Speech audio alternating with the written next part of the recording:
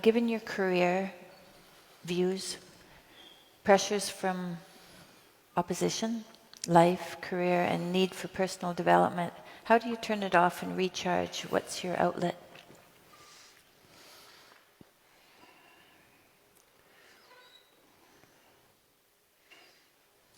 I think my outlet, I've always had two outlets probably. Well, maybe three.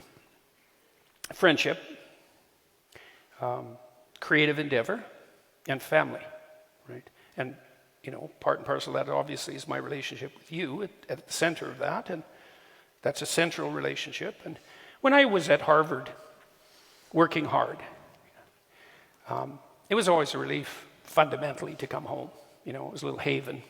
My blue heaven, right? That song we listen to all the time. It was a haven.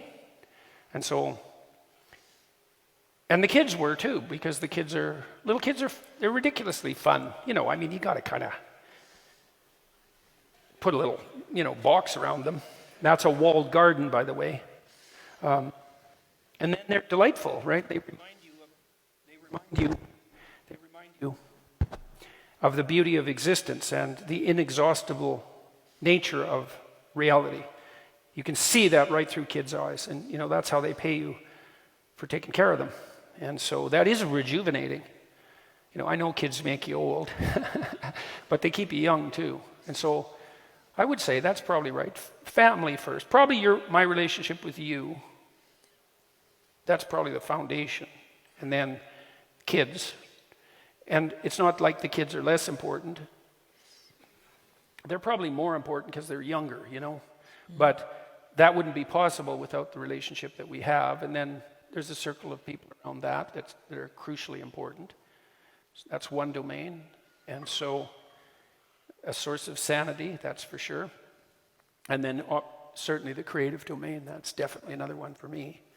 And, Tammy and I were talking today with my son about what we might like to do as the years progress, and God only knows how the years are going to progress.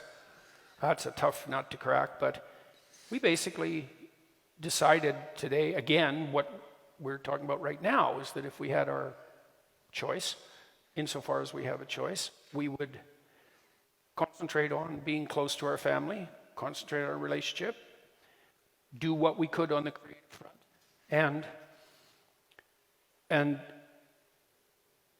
just from a personal perspective, independent of social obligation, that would be an eternal spring, so to speak. And so that seems about right. It's been tricky to manage, but it's tricky to manage for everyone, to get this right.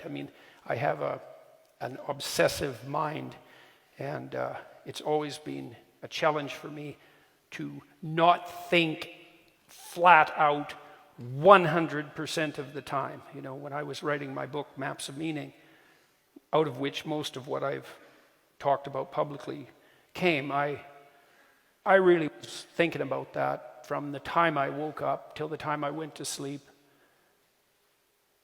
flat out at a sort of Ben Shapiro rate all the time. And that was actually hard to shut off. I could shut it off with alcohol, and I could shut it off with weightlifting, and the alcohol wasn't such a good idea, so I quit doing that after a while.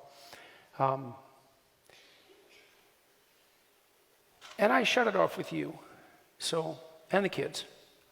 So that's good, because you need to take a break, when even if you're working on something that you think is more worthwhile than anything else you could work on. And that is one thing I've tried to do in my life, is I tried to make the central focus of my creative intellectual endeavor the hardest problem I could conceive of, and that was the problem of malevolence, fundamentally. And I've really been working on that ever since I was 13. So, and then you have the opposite of malevolence to give you some respite from that. And that's certainly play with kids, man, for sure. That's the opposite of malevolence and tyranny, that's for sure. And play, period, And I think we know that more, you and me too. We know that more than we did.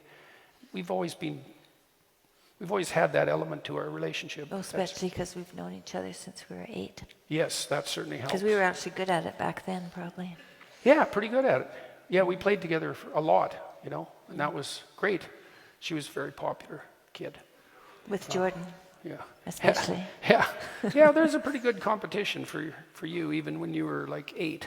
So thank God it was just other 8-year-olds. Yeah, ha ha.